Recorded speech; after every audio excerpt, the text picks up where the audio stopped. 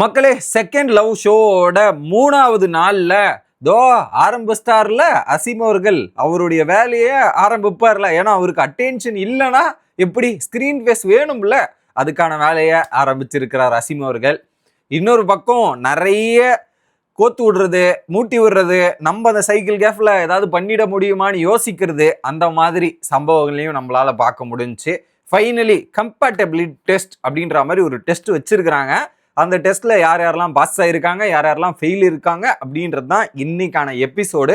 அது எல்லாத்தையும் டீட்டெயிலாக பார்க்கறதுக்கு முன்னாடி சேனலுக்கு புதுசாக இருந்தீங்கன்னா மறக்காமல் சப்ஸ்கிரைப் பண்ணிடுங்க. வீடியோவுக்கு ஒரு லைக்கும் ஐப்போ கண்டிப்பாக கொடுத்துடணும். நிறைய பேர் ஃபாலோ பண்ணாமல் ஃபேஸ்புக்கில் மற்றும் யூடியூப்பில் இருக்கீங்க. ஃபாலோ பண்ணிவிட்டு வீடியோவை பார்க்குமாறு கேட்டுக்கொள்கிறேன். இப்போ கண்டென்ட்டுக்குள்ளே போயிடலாம். எபிசோட் ஆரம்பிக்கும் போதே பார்த்தீங்கன்னா அந்த வீட்டில் அங்கே வந்து பார்த்தீங்கன்னா சிந்தூரியை பற்றி தேஜஸ் பேசுகிறாரு. She is not my type, என் டைப்புக்கு ஏற்ற மாதிரி இல்லை போல், அவங்க ரொம்ப காமன் கம்போஸ்டாக இருக்கிறாங்க, நான் வந்து ஜோக் பண்ணுற பர்சனு, ஸோ நான் ரொம்ப ஃப்ளர்ட் பண்ணுற பர்சன், ஸோ அந்த மாதிரி வந்து எனக்கு செட் ஆகுமான்னு தெரிலன்ற மாதிரி வெக்கே கிட்ட சொல்லிட்டு இருக்காரு. ஸோ அவர் சிந்துரியை பிடிச்சிருக்கு போல, பட் சிந்துரி அந்த டைப் இல்லை அப்படின்னும் போது நான் கொஞ்சம் இதுவாகிறேன்ற மாதிரி சிந்துரி மேலே இருக்கிற இன்ட்ரெஸ்ட் அவருக்கு போயிருச்சு. அந்த இடத்துல அதை தெளிவாக புரிச்சுக்கலாம். ஆனால் ராஜா வந்து சிந்துரியை ட்ரை பண்ணுறாரு, அந்த மாதிரி விஷயங்கள்லாம் நம்மளால பார்க்க முடியுதுன்ற மாதிரி அவர் ஃபீல் பண்ணுறாப்பல. இன்னொரு பக்கம் வந்து பார்த்தீங்கன்னா கேர்ள்ஸ் உட்காந்து டிஸ்கஸ் பண்ணுறாங்க. இதில் குறிப்பாக வந்து அபித் வந்து சிந்துரியை பிடிச்சிருக்குதான், பட் ஆனால் அவர் எப்படி எக்ஸ்பிரஸ் பண்ணன்னு தெரியாமல் முழிச்சிட்டு இருக்காருன்ற மாதிரி பிரியங்காலாம் கண்டுபிடிச்சிட்டு சரி ஓகே அப்படின்ற மாதிரி ஹோல்டு பண்ணுறாங்க. இன்னொரு பக்கம் என்னடா இது, எல்லாரும் ஒவ்வொரு பக்கம் பர்ஃபார்மன்ஸை பண்ணிட்டு இருக்காங்க, நம்ம பிக் பாஸ்லேயே பர்ஃபார்மன்ஸ் சென்டர் ஸ்டேஜில் உட்காரும், கேமரா நம்மள ஃபோக்கஸ் பண்ணோம், இந்த ஷோவில் நம்ம ஏதாவது பண்ண போயிட்டா என்ன ஆகுறது. ஏன்னா அசீம்ன்றதாலேயே 4 பேர் அவர் ரிஜெக்ட் பண்ணிட்டாங்க already. Priyanka, Neha, Veena, and then பார்த்தீங்கன்னா இன்னொருத்தர் டப்புன்னு சிந்துரி, ஈடனு, சிந்துரி, இந்த 4 பேர் ரிஜெக்ட் பண்ணிட்டாங்க. ஸோ அவருக்கு மிச்சம் இருக்கிறது ஈடன் தான், ஈடன் அண்ட் மோனிஷா தான். அதன் அடிப்படையில் தான் போனோம். ஸோ ஈடன் தான் எனக்கு வந்து நீங்கள் ஆனஸ்டான ஒரு மேம், கொஞ்சம் இதுவான வேணா ஐ எம் த டைப்புன்னு சொன்னார் இல்லையா, இன்னைக்கு ஈடன் உட்காந்து வேடிக்கை பார்த்துட்டு இருக்காங்க. இவர் பாட்டுன்னு ஈடன் ஈடன் ஈடன்ற மாதிரி கத்துறாரு. அவங்க மேலதான் இருக்கிறாங்க, கண்டுக்கவே இல்லையே. ஐலேட்டர்னா இவர் ஒரு 10 வாட்டி கூப்பிடுறாரு, 10 வாட்டி ஈடன் கண்டுக்காத ஆளுகிட்ட ஏன் அப்படி போய் பண்றன்ற மாதிரி தான் இருந்தது. போய் உட்கார்ந்ததுக்கு அப்புறம் சரி சொல்லுங்க, உடனே ஈடன் அந்த இடத்துல ஸ்ட்ரைட்டா ஒரு பல்பு கொடுக்குறாங்க. நீங்க எதை ஃபோக்கஸ் பண்ணுவீங்கன்னு எங்களுக்கு புரிஞ்சு போச்சு, ஸோ வந்து நீங்கள் வந்து எங்களுக்கு ஒன்றும் பிரச்சனை இல்லை, நீங்கள் உங்கள் வேலையை பாருங்கன்ற மாதிரி டேரெக்டாக சொல்கிறாங்க. ஏன்னா உங்களுக்கு வந்து கேமராக்கும் உங்களுடைய மேக்கப் பண்ணுறதுக்கும் டைம் கரெக்டாக இருக்கும் அப்படின்னும் போது கோவெல்லாம் படாதீங்க, இல்லைங்க உங்களுடைய இது என்னன்றது எனக்கு தெரியுங்க அப்படின்னு சொன்னபோது, இல்லை ஹவு கேன் யூ நீ ஜட்ஜ் மீ, நான் இவன் மேக்கப்லாம் இப்படி பேசுவேன், இதெல்லாம் பேசுவேன், நீங்கள் எப்படி ஜட்ஜ் பண்ணுவீங்கன்ற மாதிரி ஒரு விளக்கத்தை கொடுத்தாரு பாருங்க ஐயா. வேற மாதிரி ஒரு விளக்கம் ஐயா. அதுலேயும் அசீம் அவர்கள் என்ன சொல்கிறாருன்னா, இப்போ பாருங்க, நீங்கள் போய் ஒரு விஷயத்த ரெடி ஆகிட்டு ப்ரெசன்சபிளாக வருவீங்க, நான் போய் ரெடி ஆகிட்டு, அந்த விதத்தில் நீங்கள் ஐயரு, ஸோ நீங்கள் உங்களை ஐயரை எடை பண்ணணுன்ற மாதிரி. இந்த கேள்விக்கு இந்த பதிலா புரியல எனக்கு. அவங்க கேட்ட கேள்வி என்ன, நீங்கள் ஏன் இப்பெல்லாம் பண்ணுறீங்க, நார்மலாக வந்து பேசினா என்ன, மேக்கப்லாம் போட்டு ப்ரெசன்டபுளாக வந்து பேசணுமா அப்படின்ற மாதிரி அவங்க கேட்குறாங்க. நீங்கள் உங்களை ஐயரா வேல்யூ பண்ணணுன்ற மாதிரி அவங்க கேட்ட கேள்வி ஒன்று, இவர் பதில் சொல்கிறது ஒன்று, ரெண்டுமே டோட்டலாக வேறவா இருக்குது. ஓகே, அதுலேயும் வந்து அவங்க ஓப்பனாக சொல்லிட்டாங்க, நான் இங்கே இருக்கிற எல்லாரையும் பார்த்தேன், அந்த 11 பேர் பண்ணுறத விட நீங்கள் பண்ணுறது தான் அதிகமாக இருக்குன்ற மாதிரி டைரெக்டாக அவங்க ஆன்சர் கொடுக்குறாங்க. அதுக்கப்புறம் நிறைய கான்வர்சேஷன் நடந்தது, நமக்கு காட்டப்படவில்லை, அது அப்படியே கட் ஆயிருச்சு. ஓகே, அடுத்து பார்த்தீங்கன்னா ராஜா வந்து சிந்துரி கிட்ட பேசுகிறாரு. எனக்கு வந்து ஒரு பார்ட்னர் வந்து பார்த்தீங்கன்னா ஃப்ரீஷியஸாக இருக்கணும் அப்படின்றது தான் நான் பார்க்குறேன்னு சொன்னோடனே அவங்க சொல்கிறாங்க சிந்துரி, நான் வந்து ஒரு டேக் கேர், இப்போ அந்த மாதிரி ஒரு பார்ட்னர் கிடைச்சான்னு நான் என்ன எப்படி பார்ப்பனோ அந்த மாதிரி பார்த்துப்பேன், அவங்களுக்கான சப்போர்ட் என்றைக்குமே நான் கொடுத்துட்ருப்பேன் அப்படின்ற மாதிரி சொல்லி அவங்களுக்குள்ள ஒரு நல்ல அண்டர்ஸ்டாண்டிங் உருவாகிறத பார்க்க முடியுது. நல்லா இருந்தது அது. இது நடந்து முடிஞ்ச உடனே அடுத்து டைரக்டாக வராங்க. ஓகே, ஸ்ருதிகா வந்து வராங்க. வரும்போதே பார்த்தீங்கன்னா இந்த 6 கப்புள்ஸு பேராக இருக்காங்க. அதில் வந்து யார் வந்து இந்த பேரிங் வந்து கொஞ்சம் கிளாரிட்டியோட வந்து பேராக இருக்கீங்கன்னும் போது வீணா அண்ட் தினேஷ் கிளாரிட்டியோட பேராக இருக்காங்களாம், நேகா அண்ட் தேஜஸ் வந்து கிளாரிட்டியோட இதுவாக இருக்காங்க. இவங்க 2 பேருமே வந்து நிறைய கான்வர்சேஷன் மெயின்டைன் பண்ணதால, பேசி இருக்கிறதால அவங்களுக்குள்ள வந்து ஒரு விஷயங்கள் பிடிச்சிருக்கு. அதுலேயும் குறிப்பாக ஒரு எக்ஸாம்பிள் ஒன்று நடந்துச்சு. அதுலேயே என்ன பண்ணுவாங்கன்னா, சண்டை நடக்குதுன்னா அப்போ வந்து ஸ்மைல் பண்ண நான் அடிச்சிருவேன்ற மாதிரி வீணா சொல்கிறாங்க. நீ அடி, ஆல்ரெடி என் வீட்டில் பல கேட்டு இருக்கு, அதெல்லாம் சமாளிச்சிருக்கேன், உங்களை சமாளிக்கிறதும் பிரச்சனை இல்லை, பரவாயில்ல அப்படின்ற மாதிரி சொல்லி அங்கே ஒரு பக்கம் முடியுது பேசி. ஆக மொத்தத்துல அங்க வந்து நல்ல கான்வர்சேஷனோட தான் இருக்காங்கன்னு புரிஞ்சுக்க முடியுது. அடுத்து ஸோ இந்த பர்சனை நான் ரொம்ப தெரிஞ்சுக்கணுன்றதுக்காக யாரெல்லாம் பேரானீங்க அப்படின்னும் போது வெக்கே அண்ட் மோனிஷா அது தெரிஞ்சுக்கணுன்றது, அசீம் அண்ட் ஈடனு அண்ட் சிந்துரி அண்ட் இதுல குறிப்பா வந்து அபித் வந்து பாத்தீங்கன்னா ஓப்பனா சொல்லிடுறாங்க. ஃபைனலா வந்து அபித்தும் இன்னொரு பக்கம் பிரியங்காவும் பேரா இருக்காங்க. அதுல வந்து 1.5 நாளா அவர் வந்து பேசவே தயங்கிட்டு இருக்காரு. இப்பதான் அவர் பேச ஆரம்பிச்சிருக்காரு. ஒரு சில நபர்களுக்கெல்லாம் ரொம்ப டைம் எடுக்கும், அவர் ஃபாஸ்டா பேச ஆரம்பிச்சிருக்காரு. சரி என்ன நடக்குதுன்னு பார்க்கலாம் அப்படின்றதுக்காக நாங்க இதுவா இருக்கோன்றத சொல்றாங்க. இன்னொரு பக்கம் ஈடன் வந்து எங்களுக்குள்ள வந்து ஒரு மாதிரி தான் இருக்கு, பட் அந்த மேக்கப் போடாம இருக்கிறது தான் அழகுன்னு அவருக்கு சொல்லி புரிய வச்சிருக்கேன். உங்களுடைய கான்வர்சேஷன் நல்லா வேற ஆல்ரெடி அங்க அடிச்சுன்னு பிடிச்சிட்டு இருக்காங்க, அதை வேற கான்வர்சேஷன் நல்லா இருக்குன்னு ஸ்ருதிகா பாராட்டுறதெல்லாம் பார்க்கும்போது சிறப்பா குப்பிடோட வேலையை அழகா பாக்குறீங்க ஸ்ருதிகா அப்படின்ற ஒரு ஃபீல் ஆச்சு. இதெல்லாம் முடிஞ்ச உடனே பாத்தீங்கன்னா அங்க ஒரு விஷயத்த போட்டு விடுறாங்க. என்னன்னா தினேஷ் அந்த பேக் வீணாவோட பேகை வந்து எடுக்கல, 2-3 வாட்டி கேட்டிருக்காரு போல. அவங்க பேகை ஏதோ ஹெல்ப் பண்றேன்னு கேட்டிருக்காங்க. தினேஷ் போய் கேட்கும் போது வேணான்ட்டு இருக்காங்க. ஆனா அந்த நேரத்தில் தேஜஸ் வந்து அந்த பேக்கு ஹெல்ப் பண்ணியிருக்கிறாரு போல. அப்போ தேஜஸ் சொல்லார், ஒரு பக்கத்துல ஒரு ஆணா இருந்தா அது ஹெல்ப் பண்ணியிருக்கணும் அப்படின்ற மாதிரி சொன்னபோது, ஆமா இல்ல இவன் சொல்றது இப்பதான் எனக்கு புரியுதுன்ற மாதிரி அங்க வீணாக்கும் தினேஷ்குள்ளயும் ஒரு குளறுபடி ஏறுற மாதிரி ஒரு சுச்சுவேஷன் உருவாக்கிட்டு போயிட்டார். இந்த இடம் அடுத்து வெடிக்க போகுதுன்னு நான் நினைக்கிறேன். அதோட ஆரம்ப புள்ளி அந்த இடத்துல ஒரு ஸ்டார்டிங் பாயிண்டா அமைஞ்சிருக்கு. இது நடந்து முடிஞ்ச உடனே ஸ்ருதிகா வந்து ஒரு கேமை சொல்றாங்க. ஸோ இந்த உலகத்துல எல்லாரும் அவங்களுக்கு 100% பார்ட்னரை கண்டுபிடிச்சிருக்காங்களான்னு கேட்டீங்கன்னா இல்ல. பட் அவங்களுக்கு கிடைச்ச பார்ட்னரை வச்சு இவ்வளவு தூரம் டிராவல் பண்றாங்களே, அது எப்படின்னா அக்செப்டன்ஸும் அண்டர்ஸ்டாண்டிங் தான் முக்கியம் அப்படின்ற மாதிரி சொல்லியிருந்தாங்க. ஸோ ஒருத்தருடைய தப்புகளும் தெரிஞ்சு அவங்களை அக்செப்ட் பண்ணாதான் வாழ்க்கை நல்லா போகும்ன்ற மாதிரி எக்ஸாம்பிள் கொடுத்துட்டு அங்க ஒரு டாஸ்க்கை வைக்கிறாங்க. ஒன்றும் இல்லை, படிக்கட்டில் தொங்க விட்டுருக்காங்க ஒரு எண்ட்லேருந்து இன்னொரு ரெண்டு சைடுமே அந்த ஹேங்கிங் பிரிட்ஜ் மாதிரி. அதில் வந்து எப்படின்னா கம்பேட்டபிலிட்டி 2 பேரோட அண்டர்ஸ்டாண்டிங்கை பேஸ் பண்ண மாதிரி கொஷின்ஸ் கேட்பாங்க. அந்த கொஷின்ஸுக்கு நீங்கள் கரெக்டான பதில் சொன்னீங்கன்னா ஒவ்வொரு ஸ்டெப்பாக முன்னாடி நடந்து வரலாம். ஓகே, அதன் அடிப்படையில் தான் ஃபர்ஸ்ட் வந்து தேஜஸ் அண்ட் நேகா போகிறாங்க, மோனிஷா அண்ட் வெக்கே போகிறாங்க. இவங்க 2 பேர்ல பார்த்தீங்கன்னா அந்த கரெக்டாக அந்த பிரிட்ஜை முழுசாக கம்ப்ளீட் பண்ணது மோனிஷா அண்ட் வெக்கே. அவங்கள பற்றின ஒரு நிறைய அண்டர்ஸ்டாண்டிங் கிட்டத்தட்ட நம்ம காமிச்சதுலேயே அவங்க எல்லா கொஸ்டின்ஸுக்கும் கரெக்டாக ஆன்சர் பண்ணாங்க. ஒன்று கூட தப்பாக ஆன்சர் பண்ண மாதிரியே காட்டவே இல்லை. ஸோ வெக்கே அண்ட் மோனிஷா கொஞ்சம் நல்லாவே கம்ஃபர்டபுள் ஃபேக்டர் இருக்குன்னு பார்க்க முடியுது. இன்னொரு பக்கம் தேஜஸ் அண்ட் நேகால வந்து பார்த்தீங்கன்னா கொஞ்சம் நிறைய விஷயங்கள் வந்து டிஸ்கஸ் பண்ணல, கொஞ்சமாக தான் இது பண்ணியிருக்காங்கன்னு பார்க்க முடியுது. ஸோ அந்த முதல் ரவுண்டில் தேஜஸ் அண்ட் நேகாவை வீழ்த்தி மோனிஷா அண்ட் வெக்கே ஜெயிக்கிறாங்க. 2வது round Raja and Sindhuri versus Dinesh and Veena. அதில் வந்து பார்த்தீங்கன்னா ராஜா அண்ட் சிந்துரி வந்து பார்த்தீங்கன்னா ஃபர்ஸ்ட் இனிஷியலாக வந்து கொஞ்சம் தடுமாற்றம் இருந்த மாதிரி இருந்தது. ஆனால் இன்னொரு பக்கம் தினேஷ் அண்ட் வீணா வந்து நிறைய விஷயங்கள் டிஸ்கஸ் பண்ணியிருக்கிறாங்க, நிறைய அண்டர்ஸ்டாண்டிங் இருந்திருக்கு.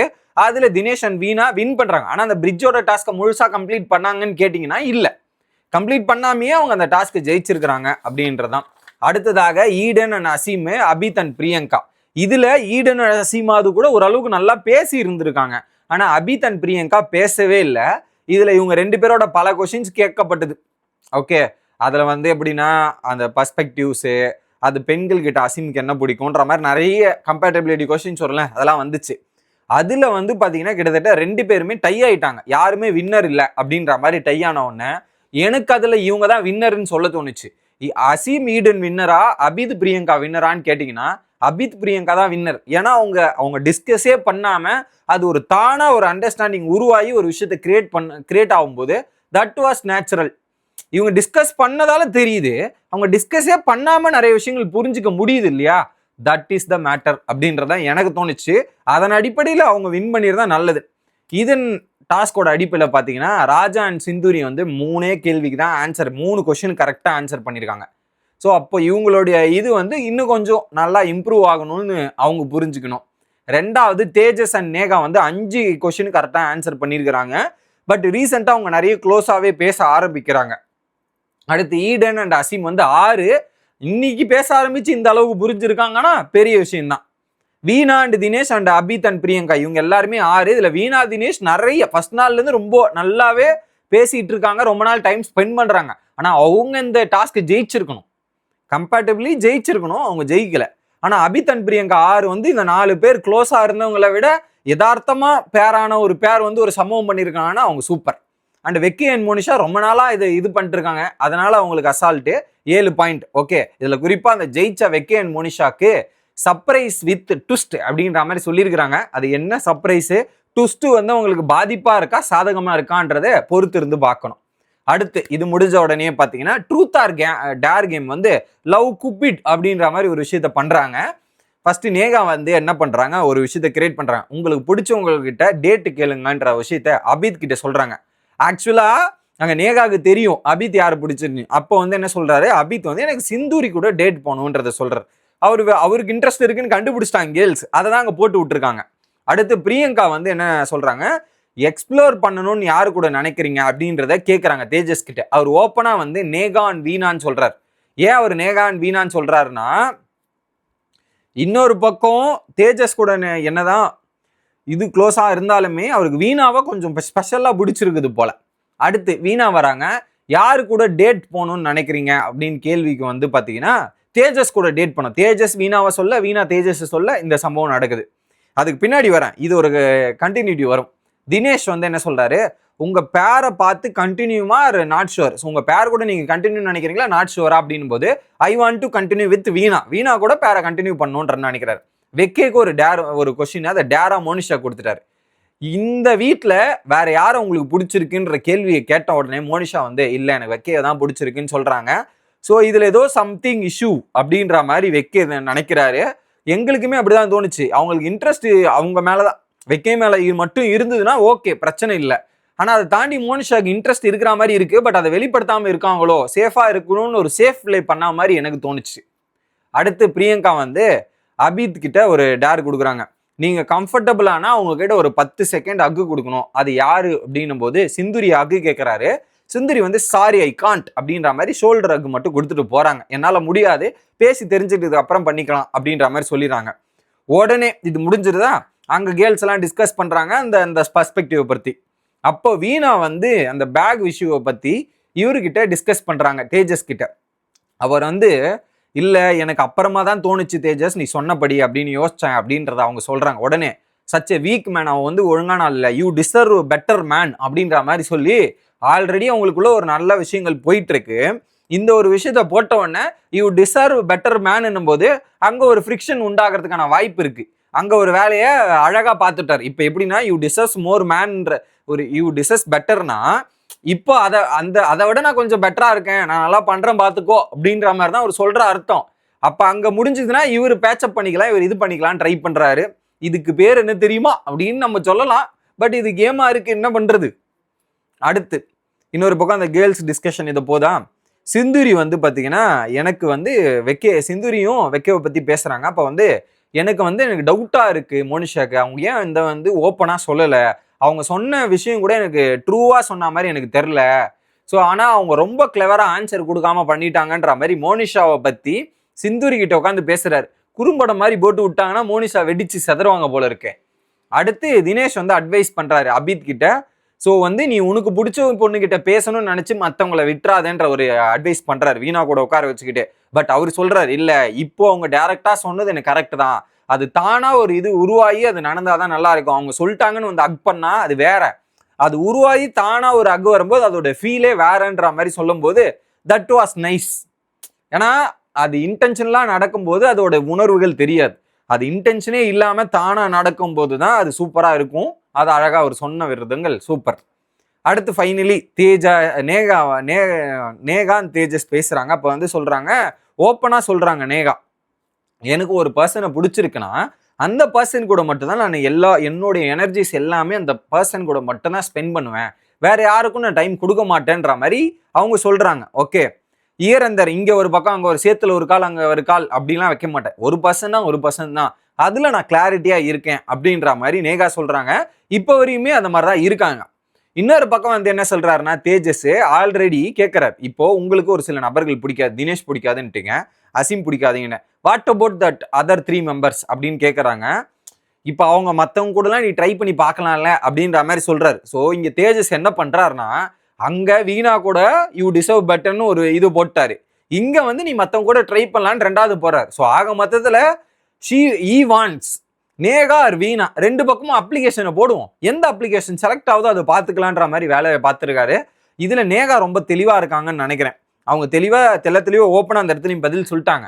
அங்க வீணா வந்து குழம்புறாங்களா, வீணா அண்ட் தினேஷ்குள்ள முட்டுதா இல்லையான்றது பொறுத்து இருந்து பார்ப்போம். இதுதான் இன்னைக்கு எபிசோட்ல நடந்த நிகழ்வுகள். நாளைக்கு எமோஷனலா வரப்போகுது, ஒரு எமோஷனல் எபிசோடு. அவங்க வீட்டில் நடந்த சோகத்தையும் ஸ்டோரியும் சொல்ல போறாங்க. ஸோ அதுதான் நாளை அடுத்த 2 எபிசோடா இருக்க போகுதுன்றது இன்னைக்கான ப்ரோமோலையே நம்ம பார்த்து தெரிஞ்சுக்கிட்டோம்.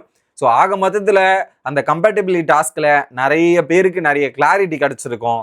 இன்னொரு பக்கம் அதை தாண்டி ட்ரூத் ஆர் டேர்ல நிறைய முட்டிக்கிட்ட சம்பவங்கள், நிறைய பேர் நிறைய புது முயற்சிகள் அப்படின்ற மாதிரி நிறைய விஷயங்கள் தொடர ஆரம்பிச்சிருக்கு.